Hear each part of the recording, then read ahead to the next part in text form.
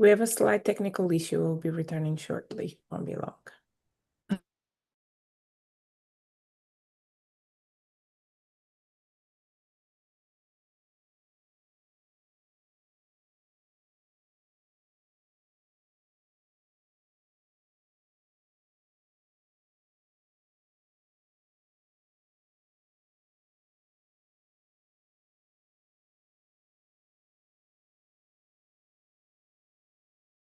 Designed for you, and we want you to use the time to listen, learn, share your experiences, and ask questions to our Black doctors. During every session, we will gather your feedback so we can continue to respond to the needs of our Black community.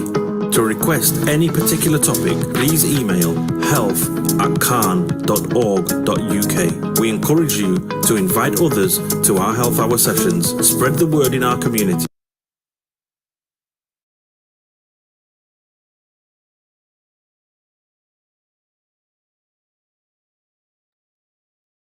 Hello guys, and welcome. Thank you to Khan for playing the jingle for us. I think that was the whole jingle.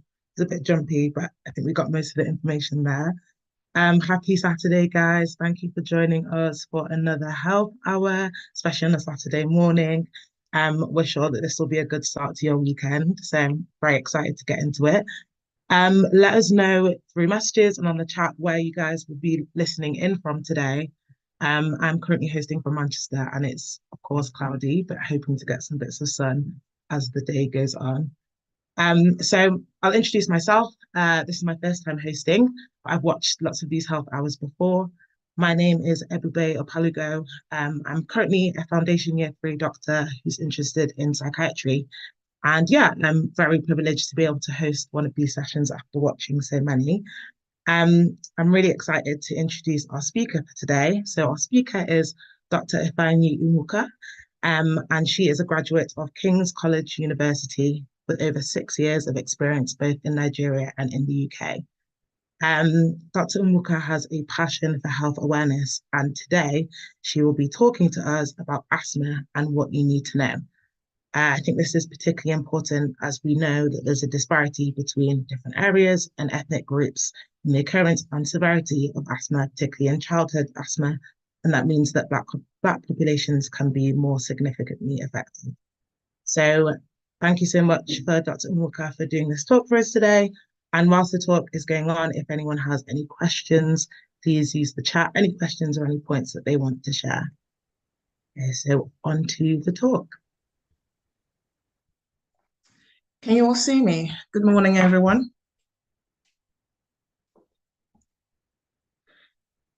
All right, my name is Ify. I'm Dr. Onwuka, but usually called Ify for easy pronunciation for those who cannot pronounce my full name, which is Ifeanyi Onwuka. As the host already said, I am a medical doctor, King's College graduate with experience both in Nigeria and in UK, currently a GP trainee, ST2 registrar, and I'm quite passionate with health awareness. So today we'll be talking about asthma, a very common but yet life-threatening condition which occurs in all age groups, but most commonly in children. So please bring your pen and paper, pay attention, ask questions, and we'll be here to answer it. All right? Dr. Ify, sorry to interrupt. We can see your notes, which is totally fine, but okay. I don't know if you want us to see it. Right, so I probably would have to share a different slide.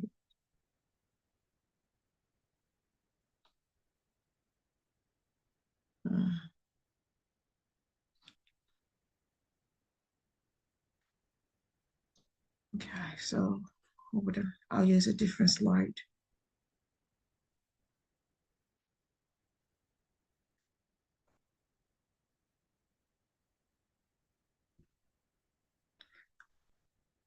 Great.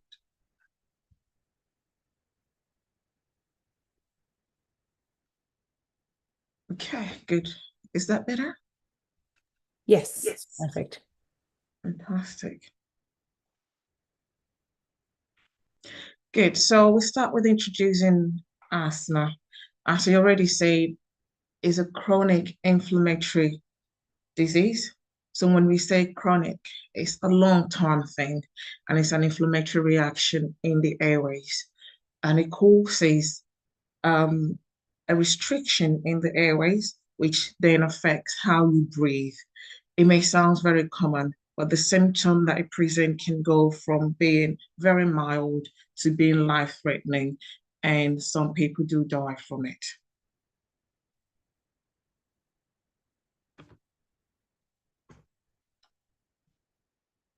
All right, so the layout for today's presentation, we'll talk about the epidemiology, how common it is, the pathology, which is how it occurs and the common triggers, the symptoms, how people present, how we diagnose it, and how we manage it, as well as the prognosis.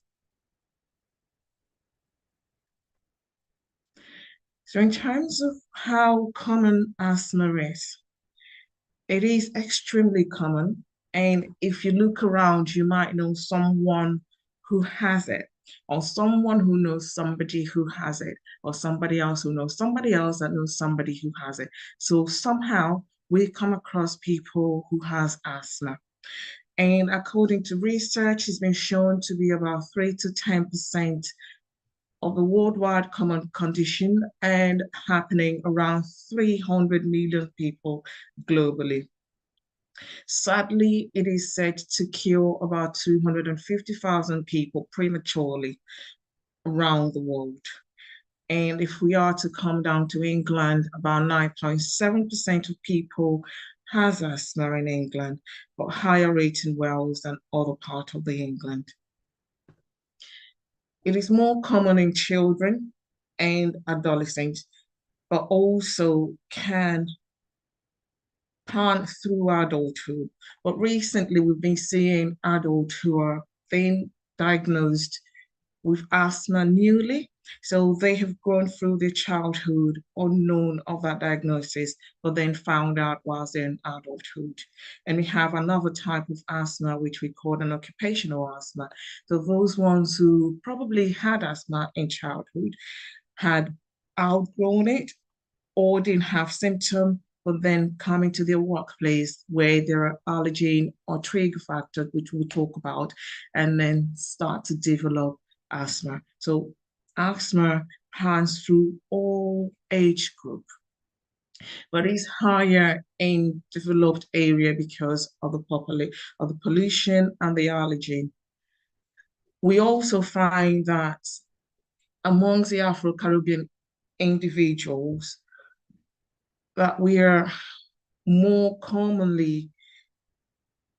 likely to present with a severe type of asthma, and also to present with life-threatening and being admitted with asthma. But also research has shown, ironically, that we have the same prevalence of asthma with our Caucasian population, but yet we have the higher rate of hospital admission, and I will highlight the reasons later on. So in terms of the protective factor, we do find that for those who were born in Africa, who then come in, have lesser likelihood of having asthma compared to those Afro-Caribbeans who were born here, which is ironic.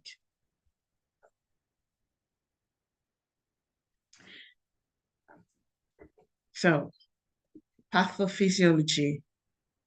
How does it happen? What causes asthma? Although most people know that asthma makes them, for those who have asthma, we say they find it difficult to breathe, but sometimes you don't understand why. Sometimes it happens now, and the other time there's nothing happening. So we will break it down. Just going to try and break it down as to how it happens. So with regards to asthma, for those who have asthma, your airways, so the airways goes from, you look at this picture. When you breathe in, you have your nostrils panning through the bronchiole, and then the bronchioles breaks down into smaller bronchioles and all of that, where you have the smooth muscles and then the overlining, the cartilage and everything else. In person who do not have asthma, where you have this airway here, very clear, air can go in, air can come in. For in asthmatic people, you see this is their airways during attack, and this is your airways, and this is your airways when they do not have any attack. So in these airways where there is no attack in asthmatic people, because that airway have become hyper responsive on things which normally those who do not have asthma will not respond to. I can breathe it in and I wouldn't respond to it. Someone with asthma will breathe the same air and then their airways respond inappropriately to that air, to the pathogen, to the allergen. And when that hyperresponsiveness happens, it causes swelling, it causes mucus production, and then it causes the airway itself to then constrict and become narrow. That gets worsened during asthma attack. So in this one, you can see there's small airways there, but when they have the attack, the airways becomes even more narrowing. And at this point, you find it difficult to breathe out. For those who have asthma, they realize it seems like you can breathe in, but breathing out is as though you're breathing out on a tight balloon. So it's difficult to breathe out. And at that point, you're not giving your system the air that it needs. And with that symptom comes the chest tightness, comes difficulty breathing, and then comes coughing.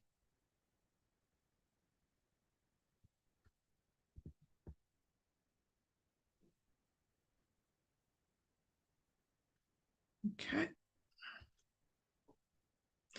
So as we said in the previous slide, so the hyperresponsiveness when it comes in contact with triggers. So these are the common triggers that most people do know. You have the pollen. For those who are in UK, we're prone to pollen. And we have the dust mite, have mold, pet danders, and smoke. So you might think that for those of us who perhaps you smoke, but you smoke outside and not around your children, it's still important that a passive smoke can also trigger asthma attack. Air pollution, strong odors for some people, strong perfume, strong air fresheners can trigger the hyperresponsiveness. And also you have the viral respiratory infection. So you have all the flus, all the cold. For normal people, you can have cold, you can have flu, you can deal with it. Your system is able to contain the attack. But if you have asthma concurrently with that, it triggers, it becomes a double barrel action. And that can make the treatment of your asthma more complicating, as well as recovering even from the flu. So those are the things that you need to look out for if you're prone to asthma, if you're asthmatic.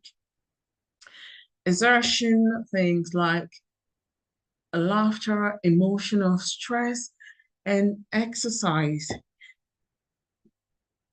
We're not saying that you should not be active, physically active.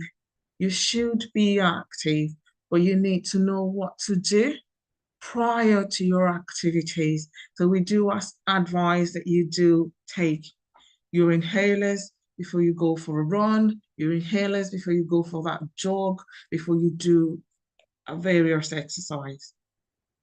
So I've already mentioned emotional stress, medication.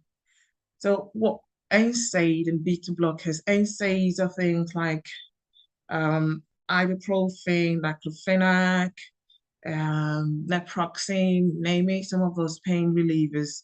And beta blockers for those who either have high blood pressure or have heart failure, who are on things like labetalol, propranolol.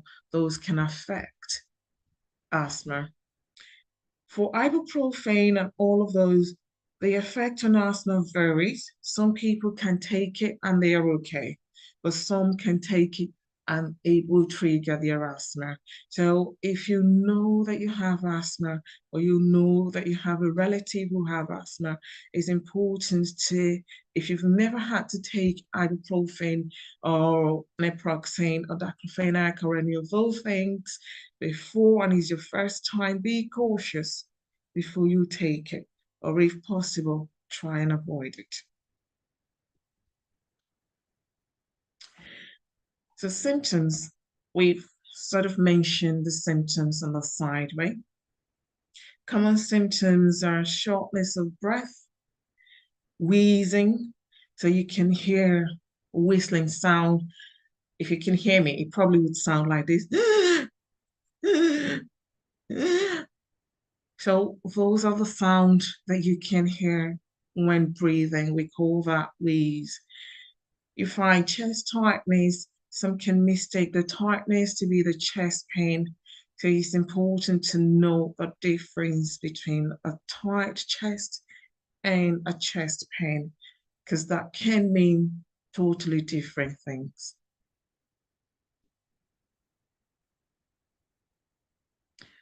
So with chest tightness, it means that your chest feels like something is tying it round. You're not able to expand your chest as well as you want to. And that's what it feels to have a chest tightness. Cough, very common, but cough can be most likely at night or on waking, or sometimes when you're lying and you find that you're coughing up things, a lot of phlegm at some point. Symptoms can vary, but most commonly at night or earlier in the morning or during exercise, or sometimes when you come in contact with your triggers.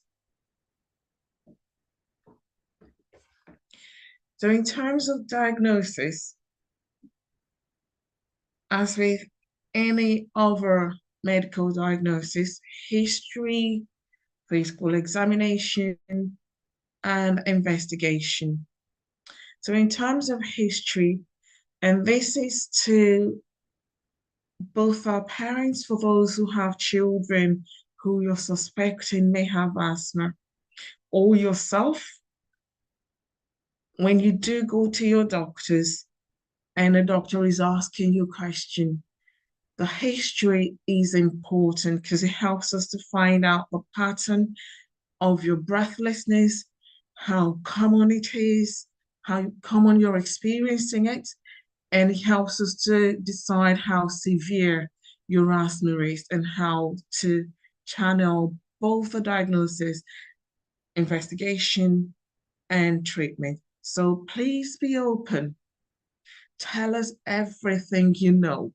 Tell us how it started, how often you feel the symptom, what the symptom feels like, and what you think is going on.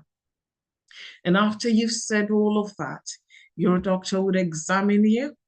So you see us listening to the chest, because sometimes you as a mother, you may not hear the sound, the wheezing sound that I mentioned earlier, but we can hear it using a stethoscope. And sometimes we may not be able to hear it at the time, because at that time the child or yourself may not be experiencing the asthma attack. So we probably may not be able to hear it. And that's where your history becomes extremely important, because that history will tell us, although we're not hearing what we think we need to hear, but because of what you told us, which sounds very much like it, we need to push further to do the rest of the investigation.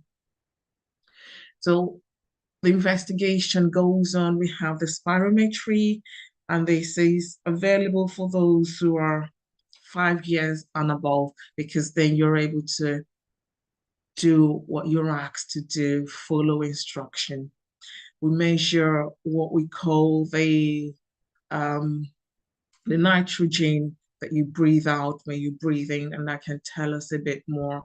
We do the peak flow depending, so the investigation is a stepwise process. So we do the first one first, and then if that doesn't give us the answer we want and we're still suspecting it, we go to the next one. We go to the next and the next and the next. So what we want to do is to make sure that we have a clear diagnosis. And this is important because when you have a clear diagnosis, we can plan a treatment, a management that suits you, and you can follow, and we can follow you up. But if we don't have a clear diagnosis, then we need to fish out all reasons why you're having the symptoms that you are having, because there are other mimic things for asthma, especially in adults. So for those who may be having what we called a chronic obstructive pulmonary disease, you may be having what a heart failure, and that can also present like asthma. But if we do these investigations and we don't find answers, it's important we check other things that may be presenting like asthma. So please give us a good history. Tell us all you know, including your lifestyle. Okay, so in terms of management, treatment, as I said, it depends. Is how do I say this? So in terms of treatment, how we treat A will differ slightly with how we treat B. The first line of treatment is your lifestyle. So if you smoke, it's important that you seek help to stop smoking. Check your house. Is your trigger factors? If you have mold, because mold have been shown to be a strong trigger, not just triggering the asthma, but also a strong trigger to a severe type of asthma. Check your house, check for mold. Weight loss is important. It has been shown to increase the severity of asthma and make treatment less effective. So check on your lifestyle, arrange your life, put things in order. And then medication. The medication is a stepwise manner. Unlike before, I'll give an example. My oldest brother, he had asthma. And his asthma was, at the time, I didn't know, I didn't understand. So I'm looking back, I'm thinking how it was treated was just inappropriate, and perhaps the treatment might have made asthma even worse. So before, you have this blue inhaler on this picture. So most people see it as Ventolin. Most know it as a reliever.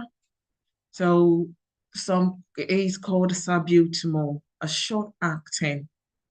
So you take it when you're out of breath, to take a puff, push, and that's all. And then you feel the asthma is done and dusted. And the next time you feel out of breath, you use that again. And sometimes you feel out of breath, you use not even your own, you use your sister's, you use your siblings' own, you use your parents' own, and it's not yours. You've not gone in to have a proper diagnosis. And this has been shown to make your asthma worse. This has been shown to increase the likelihood of hospital admission and make it difficult to treat. So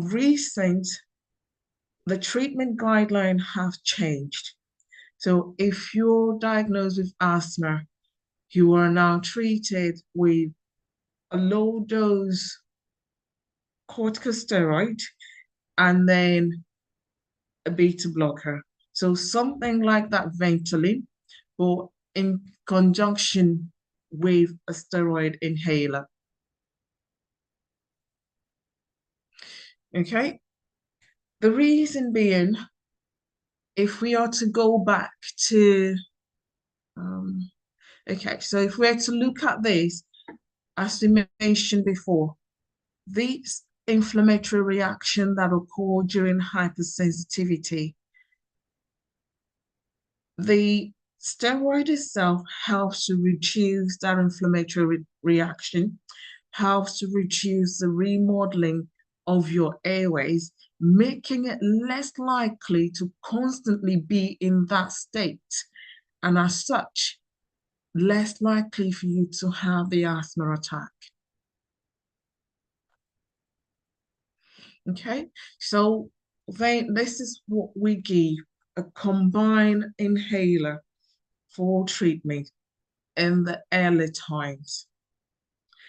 And we use that both as a reliever as well as a maintenance.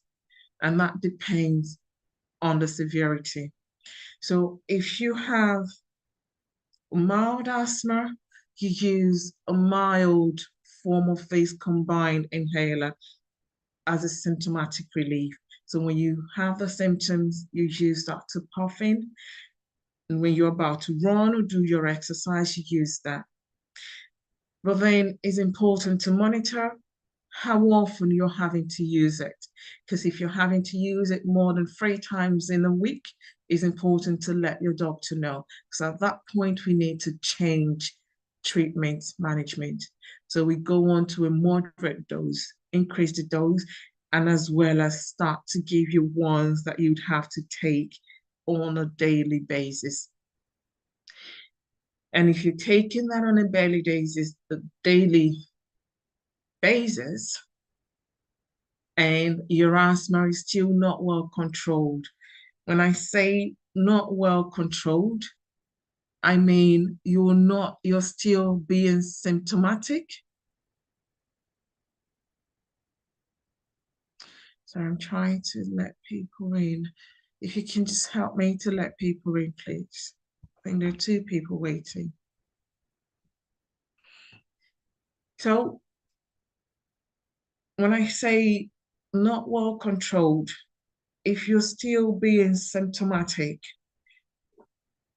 let's say you're still having to use your relievers every now and again, having to use your relievers 3 times in a week, more than twice in a week, despite using the reliever and the one you're taking daily, then we'll have to recheck, number 1, how you're using your inhaler, which is very important.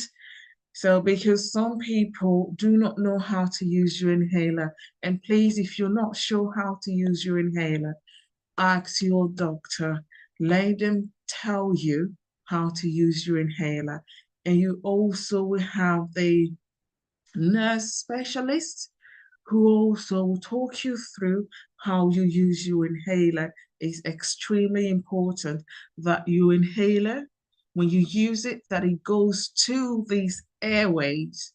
So it's not being taken, and then when you inhale it, it's not stuck around your mouth. It's important that it gets to your airways where it can do what it needs to do in the airways. Okay, so check your inhaler technique. First of all, if you're still symptomatic, despite taking your inhaler, let your doctor know. So your doctor will probably ask to see you again to check how you're using it. Make sure that you're using it appropriately. And then if you're using it appropriately, then to see how to improve, increase your dose, increase how much you're using it. And if all that is done and no change, we'll probably sometimes repeat some investigation just to make sure that some part of action is being done in the system compared to those who do not have any response at all. So if you're having some form of response, you can move into a tablet form to help control your asthma and then check again. And at some point, you may need to get into a consultant, into a hospital to recheck that. Okay, so please, the take-home message on this slide is, if you're not controlling your asthma, if you're still symptomatic, let your doctor know. Do not keep it, because if that carries on, it makes it even more difficult to treat in the long run, and then increases your risk of hospital admission and a severe asthma, which can be life-threatening. In terms of prognosis, asthma, as we all know, is very, very common, especially in children. So for children, the prognosis is really good, but that depends on how you treat it. So about 60% of children would outgrow their asthma in adulthood. And some can have asthma all through, even in their adulthood. And as I mentioned at the beginning of the slide, we do have the adult onset asthma. So if you are an adult and you're experiencing the symptoms I've mentioned, shortness of breath, chest tightness, cough, which is mostly common at night or when you do exercise, also let your doctor know so they can investigate that. We're seeing adults these days being diagnosed newly as asthmatic. And also, for those whose asthma is not well controlled, these can lead to a permanent damage to your lung, as at this picture. And when that happens, it makes it much difficult to treat, makes you more likely to have series of severe attacks, and then series of hospital admission. And although rare, but still very common, mortality, death. This is where it's important to treat your asthma as early as possible. Make sure you do take your medication as required. And if it's not working, let your doctor know. It's very important. If you smoke, that increases the risk of worsening severe asthma, the risk of hospital admission, and the risk of death. Also, when we talk about the environmental exposure, air pollution, we can't help it, but if you can, please do try. I did mention mold earlier on. So some houses are riddled with mold. Find a way to clear the mold. If you're living in a rented accommodation and the house is damp and moldy, let your landlord know. Find ways to clear it, because mold has been shown not just as a trigger for asthma, but also as a trigger for severe asthma, and also an increased risk of asthma-related death. It's important to check your mold. Ensure that the mold is clear.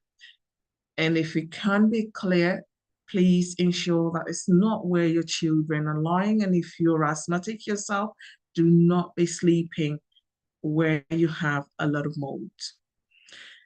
If you're obese or you're heavy in weight, please try and reduce your weight. The reason being that it increases the chest wall, making it difficult to breathe. And now when you then have asthma attack, these then make it even worse. Okay, so the other one is health-seeking behavior. As I said earlier in the previous slide, we do have the same prevalence as our Caucasian patient, but then Afro-Caribbean has been shown to be twice likely to have hospital admission, severe asthma, and asthma-related death compared to our Caucasian colleagues, Caucasian people. And one of the reasons is because of our health-seeking behavior. Most of us who have asthma, number one, we do not know that we have asthma, or you have asthma, you're not going to your doctor. You tend to just, for those who are in Africa who can buy medication over the counter, we tend to buy the inhalers over the counter and use it because one of our neighbors said we can use this inhaler and it works. It's important that you get to your doctor, get a proper diagnosis, because the inhaler you're using can actually be detrimental because it's just a blue inhaler and it doesn't help on its own. It's important that you use the appropriate medication to treat the asthma. So evidence or research have shown that the Afro-Caribbean who migrated to UK, that's the UK evidence, are less likely to seek out the doctor with your asthma compared to those who, although Black origin, but who were born here. So please, if you think you have any symptom, seek your doctor. Go to your doctor, get a proper diagnosis, get information about asthma, read around, talk to those who knows. This is also why we're giving this presentation.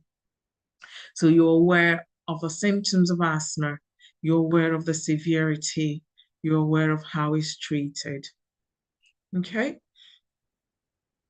In terms of the severity, just to mention, we have the mild, we have the moderate, we have the severe asthma. For the severe asthma, for the moderate or mild asthma, you find the symptoms that we mentioned. You're short of breath. Those are the things that you probably see. Your chest is tight, you cannot breathe. At that time, you take your inhaler. With time, it can help. We do advise that if you're at home, if you, anywhere you are, you have your inhalers with you, and you give your inhalers to somebody else who knows where to get it. Let somebody know that you have asthma, so that when you do have asthmatic attack, when you have the trigger, if you don't have your inhaler with you, somebody else knows where to get it to help reduce the risk of it becoming more severe. Some researches have shown that some people who die because of asthma before being taken to the hospital die because there are no immediate management available at the time. There are no inhalers within reach.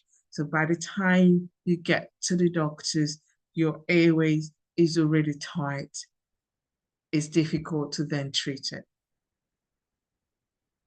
So it's important to let people around you know, your loved ones should be aware that you have asthma. They should be aware of where you keep your medication so they can bring it to you whenever you have an attack. Okay? And you should know the symptoms of asthma at the early time, so you're not waiting for it to get worse before you start taking your inhaler.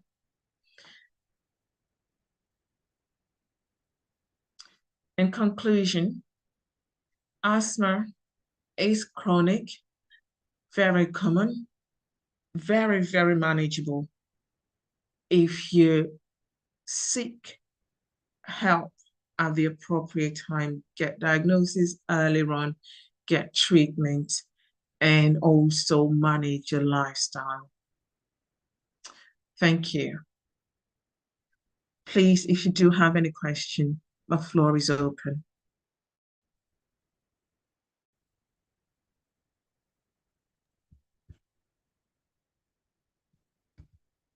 Thank you so much, Dr. Ify, for that talk. That was really, really informative. I found it particularly interesting, the bit about nutrition and how the impact that can have on your severity of asthma. And also, yeah, I thought it was really important to talk about how one should be monitoring how much they're using that inhaler and also being educated on how to use your inhaler. So thank you so much for those. So we have some questions. I'm just having a look as to where. Oh, okay. Great. Okay. So have some questions that have been sent to me. The first question is from an individual saying, I heard that people with asthma had to pay for inhaler prescriptions, yet people with type 2 diabetes get free prescriptions. Is this still the case? Will this ever be reviewed for the sake of people with asthma? Well, currently, unfortunately, we still have to pay for your asthma, and that's because in the meantime, the investigation and researches are still ongoing. And because with regards to asthma compared to type 2 diabetes, both of them are chronic. Well, then with type 2 diabetes, you have, despite the management option, the downside is still extremely debilitating.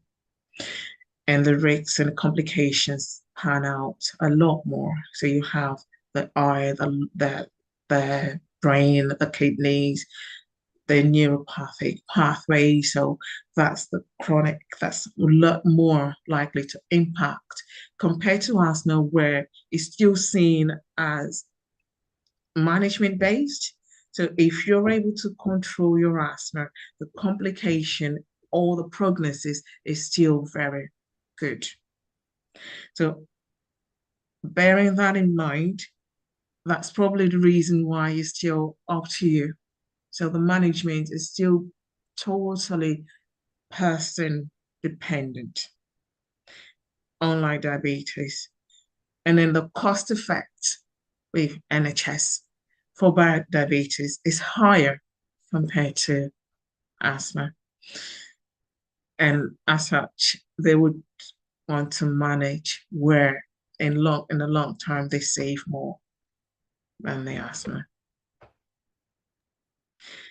Yeah, I feel like with the NHS, it's all cost balancing. It's cost effective. So yeah. where do you save the most money in the long run? I wonder if we're seeing the severity of asthma worsen. I wonder if down the road that might be something that is more likely with the free prescriptions. At the moment, the severity of asthma is not worsening. It has plateaued based on the current research. And this is because more people are now being made aware of asthma, and the treatment has significantly improved. Unlike before, where the treatment is just based on the blue inhalers, and then you jump into the Montelukast and then the oral steroids. Now you are starting early with the inhaled steroids, very, very early, and that sort of put a stop or reduce the remodeling of the lungs. So, and because of that treatment, the severity we see these days has significantly reduced, and within the years it has gone less than half. So there is significant improvement, but then we've not shown whether that improvement is matched with a Afro-Caribbean population yet. So the race West, they're still calling out for Afro-Caribbeans researchers to occur, so we have more information on them. But globally speaking. That's really interesting. Thank you. Okay, the next question is that many people in my family have asthma, some from childhood, some got it as adults, some smoke, and some don't. How do I avoid it? How do you avoid it? Unfortunately, sorry, I think I missed out the question. Some smoke, did you say? Yeah, so I think this person saying that there's a lot of people in their family who have asthma. Some of them have had it since childhood, some developed it as adults, and some of those people smoke, but some don't. And how they're asking how would they avoid asthma? If you have asthma, unfortunately, you cannot avoid it. So it's avoiding the triggers. So with asthma, going back to the pathophysiology, your airways are already hyper-responsive, they're hypersensitive. So like when the child is below 5, very early age. I remember taking my nephew to the hospital at the time when I was still a student. I was still a college student, so I didn't know much. So what he had asthma, what he was less than 3. I was told what he has is a sensitive lungs. So, because at that point, your airways are quite sensitive, unlike other people's, things that will not cause airway to then start producing unnecessary mucus, start getting swollen, start getting reactions on other people, but for the person with asthma is there. So the only way to prevent it is to pay attention to the things that triggers that reaction and avoid it. If you're around those who smoke, please stay away, or kindly and politely ask them not to smoke around you, or possibly if they've smoked, to stay away, because you still have this passive smoking. So you've smoked and the droppings are still around the clothing and everything else, and it's air droppings and you can breathe it in. So if they have smoked, stay away, change their clothing, just avoid it. Avoiding the trigger factor, that's the only way out. And if you're obese, lifestyle management, lose the weight if you can. It might sound like how do we put it? Like a cycle. So exercise can induce asthma, but then you need the exercise to lose the weight.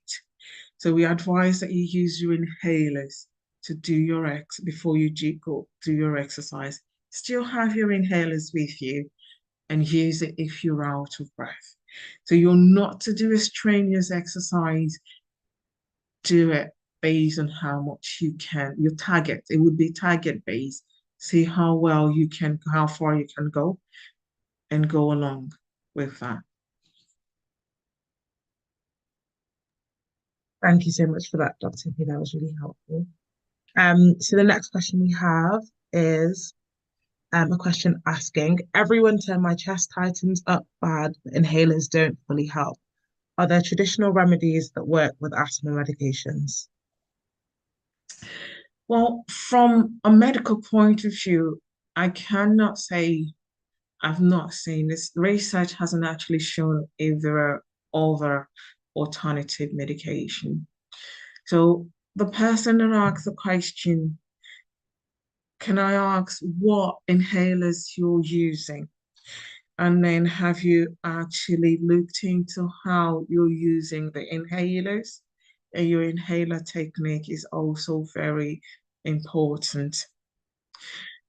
So the type of inhaler. Sometimes if you know your inhaler technique is not that good, it's important to review that with your doctor. It's important we use, for some people, unlike children, we use what we call the spacer. So it's a mask, and then you press on the aerosol and you breathe it in. That helps to ensure that you're actually breathing it in. And as I said before, if the medication is not going into the airways itself, it will not be functioning. And as such, you may feel that the inhaler is not working. So, first of all, what type of inhaler are you using? How are you using it? Find that out, and then we can take it from there. Thank you. I don't know exactly who asked that question, but hopefully if they're in the chat, maybe they could share, they could do a private message to one of us if they prefer not to share it in the public chat in terms of what inhalers they Yeah, use in the medication. of course. So on to the next question. Somebody asked how to help someone with an asthma attack during the night. My fiance has asthma and he has medication, but how can I also comfort him? So, how can you comfort him? Right. So, the only way to do that is yourself. You have to know the symptoms, his symptoms, and then when the earliest sign of his symptoms, because at that point you can give him the inhaler earlier than waiting for the symptoms to then becomes blown up. So know your fiance, know when he starts to take a deeper breath. Is that asthma? Is it coming on? Do you need your inhaler at this point? And then have that conversation. Some people with asthma also have, unfortunately, there is the mental health aspect of it that people don't usually talk to us about, but it's there. And then you also have the stigmatization. Some are afraid to share. But please, if you're in a relationship with somebody who has asthma, be open, encourage them to share their symptoms with you, and make it a norm. Make them realize that it's normal, it's okay to have that. It's nothing they've done to have it. It's just let me know when the symptom is coming on so we know what to do. Okay. And if you've given the puffers one, twice, not helping, it's time to head on to the hospital. Even if he disagrees, you would know where to talk, how to talk him into going to hospital. I'm glad that you spoke about the mental health aspect because just that feeling of breathlessness can be a really anxiety-inducing experience, and sometimes it can be a cycle of the breathlessness and then anxiety worsening the breathlessness. Exactly. I wanted to ask, do you know of any like breathing techniques that can be helpful when someone is possibly anxious or also dealing with worsening asthma symptoms? Okay, so it's very tricky. We usually do ask when you have asthma, you find that they tend to sit up or lodge over because that helps with the airways to open up. So deep breathing and a slower breath is better. You can breathe through your mouth as slowly as you can, because when you feel that the asthma is coming on, you can be afraid. So we ask if you can, more like we tell people who are going through an anxiety attack, get a paper bag, blow into it, a form of distraction. You're blowing out And then that's helping you to force the airway open. As you blow out, you're forcing the airway open, pushing your air in, so that pressure is there to help the airways. It's also important that you ensure that you are breathing out to be able to suck that inhaler in at that time. So it would be advised, if you can, have a spacer close to you, even if you feel your breathing technique, your inhaler technique is top notch. Because at the point where you're struggling and you're anxious, probably may not be using it, your technique may not be working well. So spacer would work the work. Just use that, press it 10 times, pour it in, and then be doing your deep breathing there. At that point, you know you're breathing in the right amount of the medication, and you're not worrying about whether you're puffing in or you're not. At least that takes away that anxiety. Thank you. Thanks for that. So we have another question. This question asks, the Bible talks about the dangers of mold in homes. As mold a contributing factor, would there be concerns about the chemicals treating mold in homes too? So there are chemicals that you can treat molds with, although those chemicals can also be quite strong and irritant as well. So if you are to treat the mold, it's important when you do it, wear a face mask if you can. Treat it, but pour in when you're able to leave the house, not in the evening, not on the night when you still be in there breathing in all of those chemicals. Treat the mold. If you're going to treat it in the morning, do that in the morning, leave your windows open and move. So all the chemicals and everything else would have time. Leave your window. It's important that your window is open so you have the ventilation, good air to drive both the chemical and the mold out.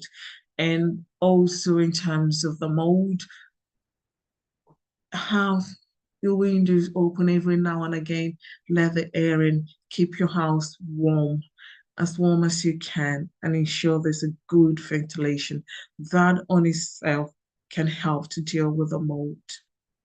Okay, and if that doesn't help, please seek the help of the specialist to deal with the mold if you are asthmatic. We have 2 more minutes. We have 2 questions left. I'm just going to ask one of them because I don't know if we have time for both of them. But someone asked that during June, their hay fever is bad.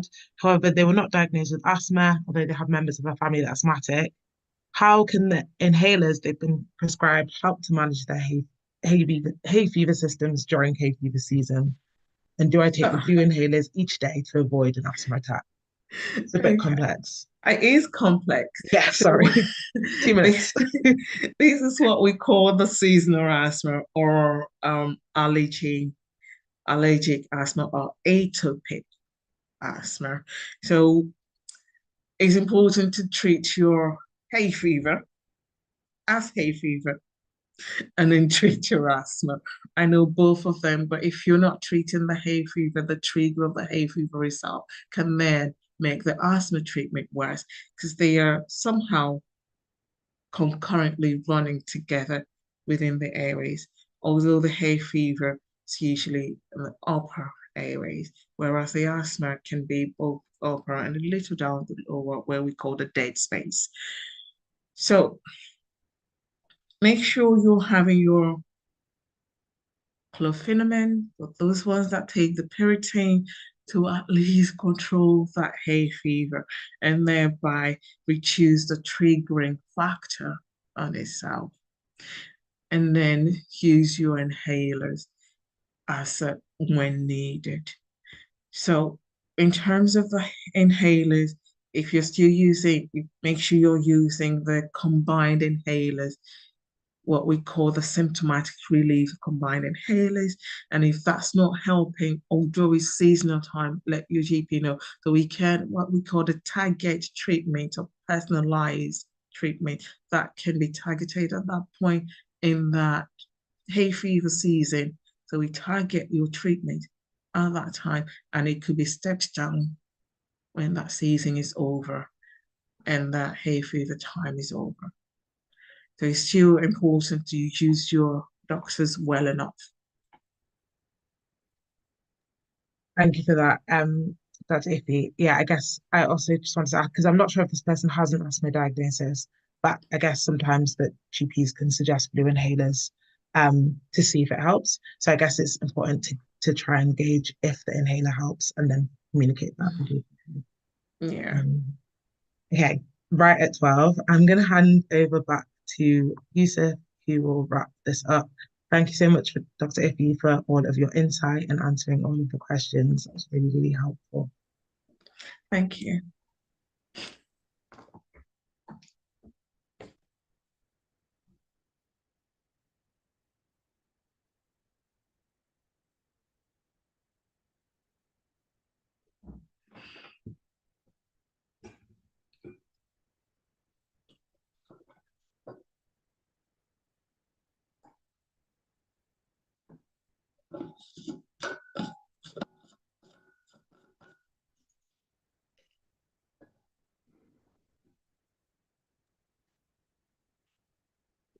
It's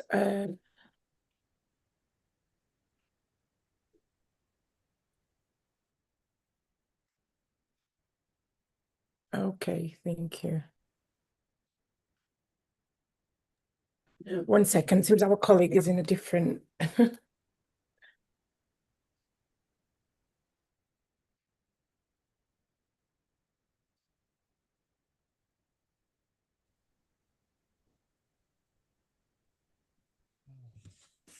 Finally, I've been unmuted. Thank you. Thank you, everybody. Yeah. What an insightful session we have there. A huge thank you to our distinguished guest speaker, Dr. Ifeanyi Onwuka, for guiding us through this critical aspect of asthma and its impact on our health. Your expertise was truly invaluable. Thank you. Thank you. We also grateful to all participants on this platform. Your engagement and energy made this discussion a very meaningful and truly special. Your continued support for our weekly half hour session is what keeps this initiative thriving and a success. Now let's look at some exciting updates on our health literacy sessions and the coming events in Cannes. 1, our weekly half hour session led by Sorry, Yusuf, apologies to interrupt you. We can't see your slides. Could you please share your screen? My screen. Let me see. 1 minute. Let me share. You want me to share it for you? That's Yes, absolutely please. fine. Okay. Do you say there is echo? I wouldn't know that. It seems fine to me. Yes, let's go. Yes.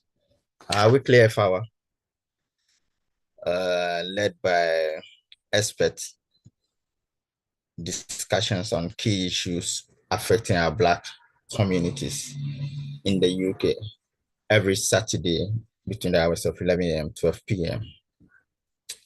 And each week, a dedicated healthcare professional share vital knowledge on patients' health topics.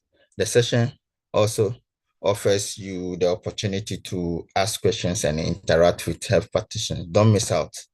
Health Hour returns next week, and next weekend, share the QR code or the email with family and friends to join us for free.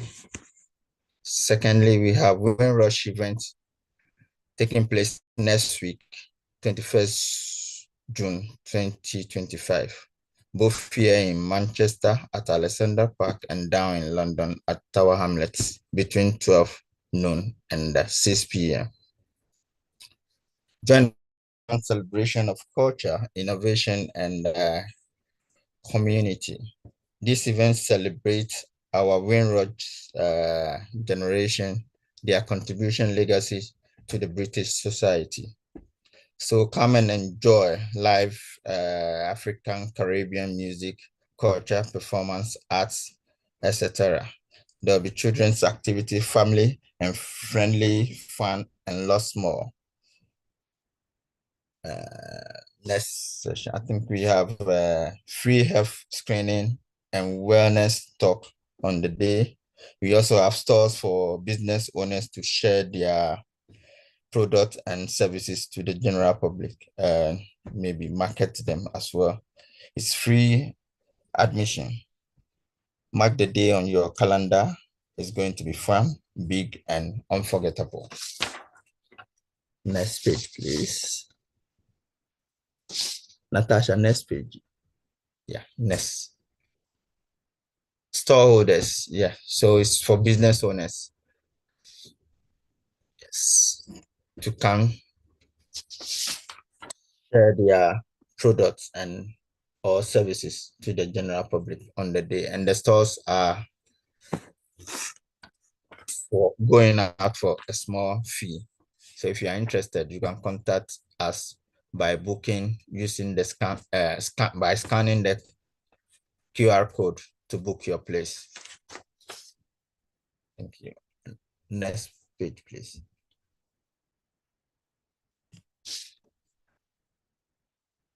The third event we have at time is the Black Healthcare Awards nomination. Nomination is now open. The award is scheduled for next month, 12th July 2025. Come, let's honor the change makers, the exceptional Black healthcare professionals making difference in our community, those leading with purpose and power. We need you to outstanding individuals within the categories such as nursing, surgeons, junior doctors, consultants, and more. Nomination is just within 5 minutes. Scan the QR code or use the link provided to submit your pick. Let's celebrate those who keep us safe and healthy. Thank you so much, Yusuf. So at the moment, nominations have been closed. There's been some time. So at the moment, we require people to just the tickets. Tickets are available for the Black Healthcare Awards. Yeah, tickets are available for for a small fee. So you can still keep buying your tickets. Thank you, Natasha, for that. And last but not the least, we have next slide, please. Call for evidence. This is very important. It's an initiative by all parliamentary party group on Black Health that we call APPG. It's a call for experts, organizations such as ours, CAN, and individuals to formally provide insight, data, and recommendations to help shape parliamentary debates and potential legislation to tackle the health disparities affecting the Black community in the UK. You can scan this QR code provided here in order to participate in this vital survey for a better care and policy change for the Black in the UK. Thank you once again for joining us today, and we hope to see you all next week.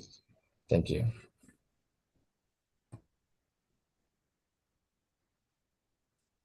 Thank you.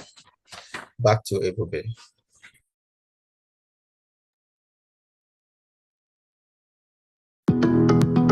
Welcome to our Caribbean and African Targeted Health Improvement Program, CATHIP Health Hour. The Caribbean and African Health Network, CARN, along with its national partners, are incredibly pleased to continue to bring to you targeted health and well-being education delivered by Caribbean and African doctors. These health hours are all about empowering, educating and giving space to Black people so our communities can look after themselves better. Every Saturday, our Black GPs or consultants present on those health and well-being topics that affect you, your family members and friends. Some weeks will vary and will include other panel members such as pharmacists, specialist nurses and faith leaders. Our health hours cover a range of topics and include mental health, heart health, women's health, reproductive and sexual health issues, men's health, respiratory problems, cancer, sickle cell and many more. We have not forgotten to include within our health hours the many societal, cultural, religious and racial challenges that can go hand in hand with health problems and influence how we should respond to meet health and well-being needs.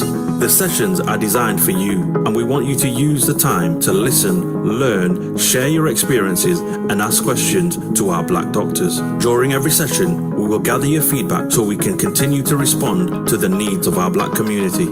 To request any particular topic, please email health@carn.org.uk. We encourage you to invite others to our health hour sessions, spread the word in our community